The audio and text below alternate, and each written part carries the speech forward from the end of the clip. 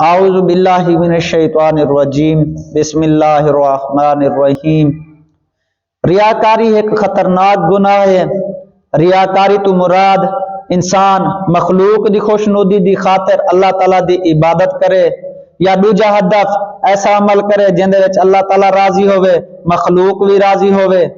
عبادت خواہ نماز ہوئے، روزہ ہوئے، حج ہوئے، زکوٰۃ ہوئے، خمس دی شکل وچ ہوئے، صلہ رحمی ہوئے، نیکی ہوئے، اساتذہ دا احترام ہوئے، والدین دا احترام ہوئے، بزرگ دا احترام ہوئے، عبادت واجب ہوئے یا مستحب ہوئے۔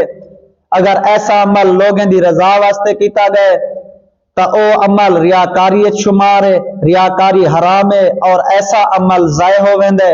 سورہ کہف دے وچ اللہ تعالیٰ نے ریاکاری کو شرک دسایا ہے۔ سورہ بقرہ دے وچ اللہ تعالیٰ فرمیندا ہے اے ایمان والو احسان جتاون اور اذیت دیون نال اپنے صدقات کو باطل نہ کرو اور ایسے شخص دی مانند نہ تھی ونجو جڑے لوگیں دی دکھاوے دی خاطر اپنا مال خرچ کریندے اور اللہ اور آخرت دے اوتے ایمان نہیں رکھدا۔ سورہ ماعون دے وچ فویل للمصلین الذین هم عن صلاتهم ساہون الذین هم یراؤون ویمنعون الماعون۔